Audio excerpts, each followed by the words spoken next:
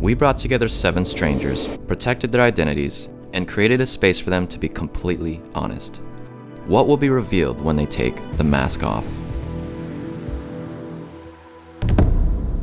Everyone is racist, including me.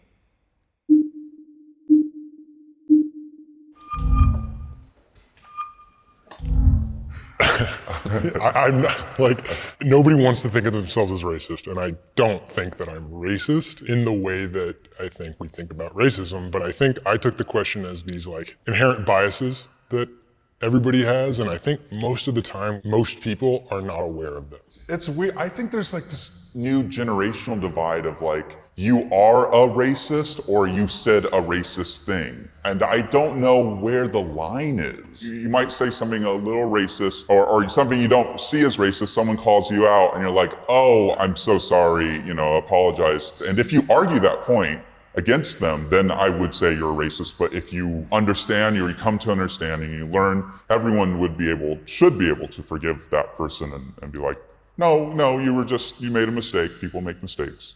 I don't know, I feel like it's a binary now. I think a really important thing that kind of is tough with cancel culture right now is that road to redemption.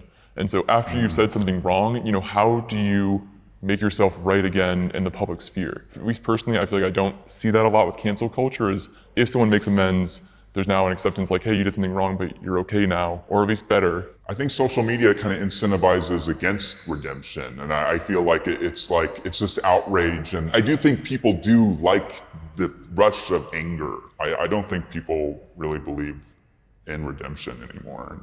I just disagree with the idea of racism as a binary. It kind of goes back to that like really old meme where like Skipper says like, we did it, Mrs. Obama, racism is over. The idea of a redemption is just like, all right, they've fixed their racism. In the sense that like, I think the redemption that our society is calling for is impossible. It's almost like you need to like write a check every time you make a racism and like that will absolve you of your thing, where I think like what we should be doing is like the idea of growth towards a better understanding. I have struggled with my sexuality.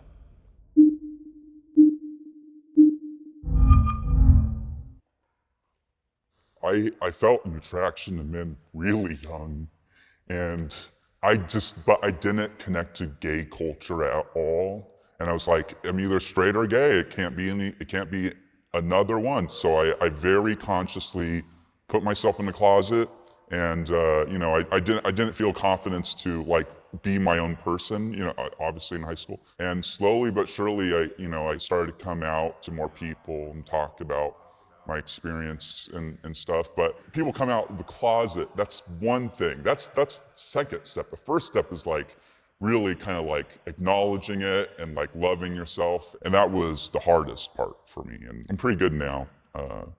I'm happy and bi.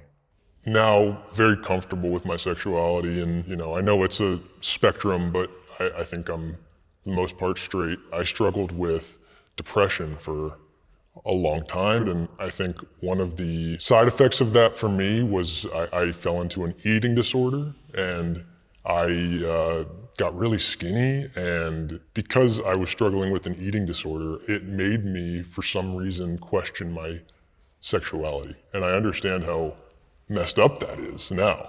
I started to ask myself, why did you associate that one with the other? And I think it was because it's just not largely talked about with straight men that we can still struggle with mental health and eating disorders. I have a very core memory, somebody might say, of me walking in to my house after the first day of first grade, and I'm just like, hey mom, I think I have a crush on my friend. And my mom kind of laughed and she's like, oh, boys don't have crushes on boys.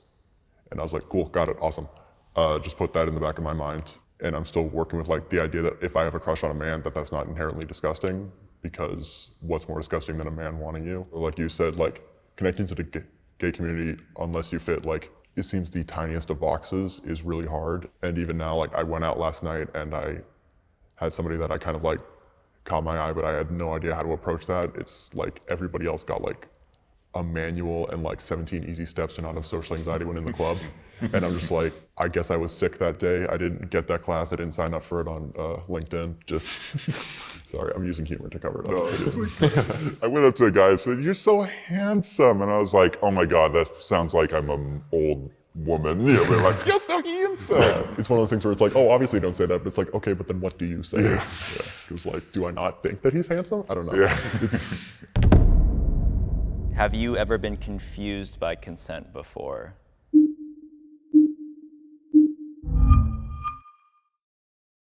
There have been instances where, you know, in terms of friends, relationships, whatever, I can go too far because I misinterpreted consent, and just because people seem comfortable with something, you kind of go along with it. Yeah, I think the reason I said yes was just thinking very specifically about situations where both of us have been really drunk or something like that, where it's like, it's not one person's sober and the other person's drunk and the drunk person's saying yes, but if you're both drunk and both consenting and into it in the moment, and then the next day, like I've had like neither of us really consented. Is anybody in the wrong here? You know, and so that's kind of what I thought of when I heard I've been confused about consent. It's not as much in the moment, but after the fact in that scenario.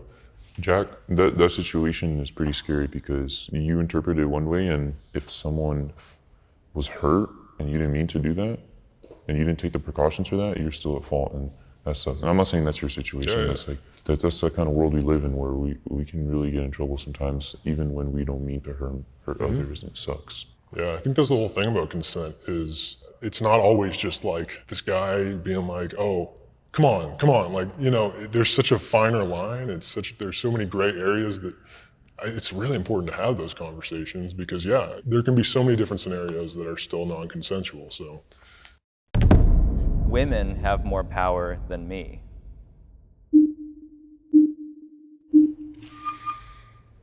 Yeah, I definitely don't think women have more power, and I think some people might think that just because you're seeing growing relative power that, you know, some men might not be used to. Now that women are kind of getting closer to being equal to some people that might feel like they're getting more power and they might be more powerful. And so I can understand why someone might, you know, perceive that as relative, but absolutely I don't agree that like women have more power. I think we're getting closer to equality at this point where it's a work in progress.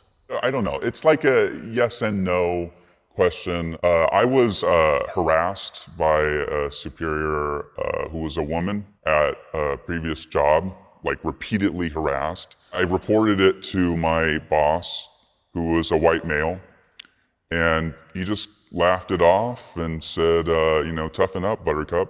When women are harassed, I think if I was a woman and I reported harassment, especially right now with Me Too and everything, CEO would see a huge red flag, a huge possible controversy, and like, I know there's definitely, you know, ways when that isn't true, but for me it was just like, we don't care. You're a man, toughen up. I don't give a shit.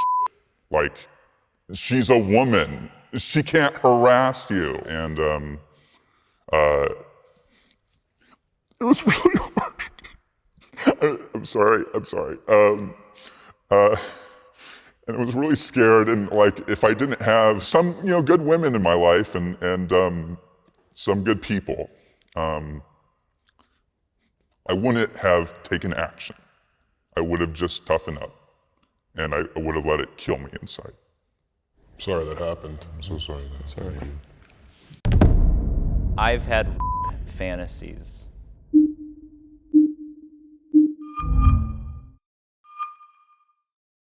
Oh, okay. So I said yes because like I can't think of a specific time, but like I believe I have at one point. It's more like role playing under very strict guidelines and with the understanding that my partner will stop if I ever get too uncomfortable. In terms of like fantasizing about actually doing the very illegal and immoral act, no. But I think, you know, like role playing or even like the fiction you read or even like to a certain extent, as long as it's ethically made, porn, like it's exploring that healthily, I think is valid. And it's something that I think I have done in the past. Yeah, I kind of agree with that. I explore it in porn, but like personally, no. Like it freaks me out too much. You know, I do have like this kind of feel of wanting to be dominated by a man, or a woman. That's more in porn than like in real life. I feel like I'd be freaked out in real life if that happened. But So in this situation where you're doing this, like with your partner that you stated, are you the person that is receiving this idea of You're saying, am I playing the role of the victim? assailant or the victim? The victim? Yeah, are Okay. you The role I am playing would be that of the assailant of the in assailant? that. Okay. And my partner would be the victim. Due to like social anxiety and like just a lot of things that keep me like a more like docile and submissive person, I like exploring a more dominant side via power dynamics in a safe environment, obviously. when you're assaulted, like sexually assaulted, you don't have a choice in the matter. But when you are role playing it, you can say, like a safe word, and you have the control. But when it's that control's robbed from you, it messes with you. I think that's the distinction with the role play. I feel like we kind of have a misunderstanding here. I at least think that it's really insensitive, at least, to be doing these role plays, because you will never be able to feel what these people feel, and it kind of it's off shifting to know that that's something desired. I understand that, and like I said, it is something like obvious. I've never experienced it, and so my fantasy kind of might come from like a position of privilege, and I think that's why I'd like to explore it in a healthy way to figure out like why exactly I feel that way.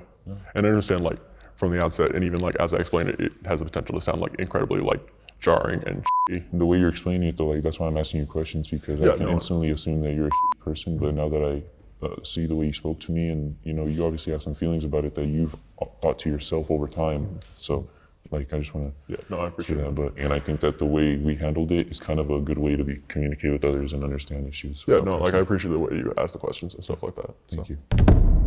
I have been abused.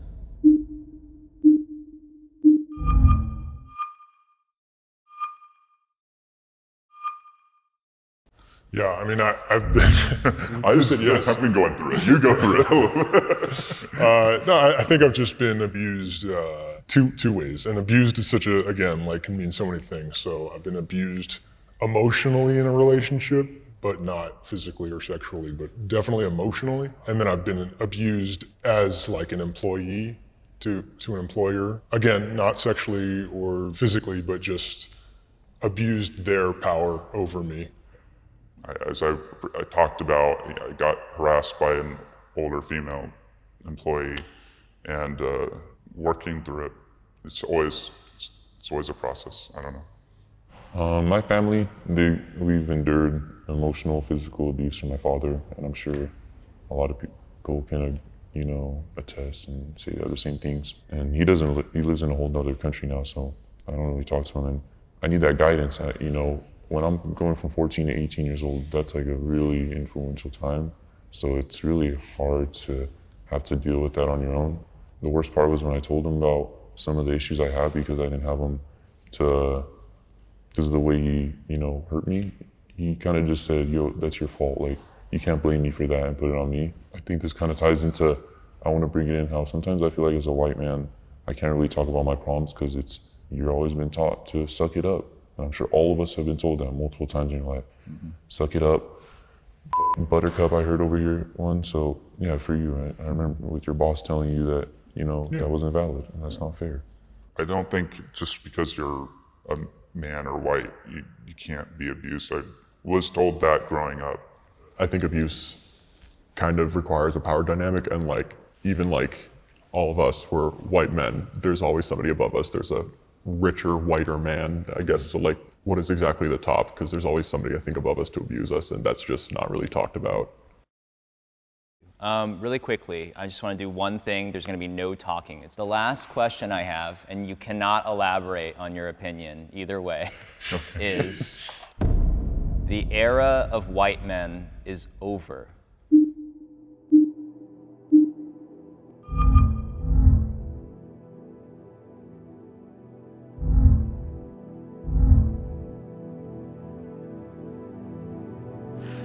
Really wanted to elaborate on that. Yeah, that's a good one.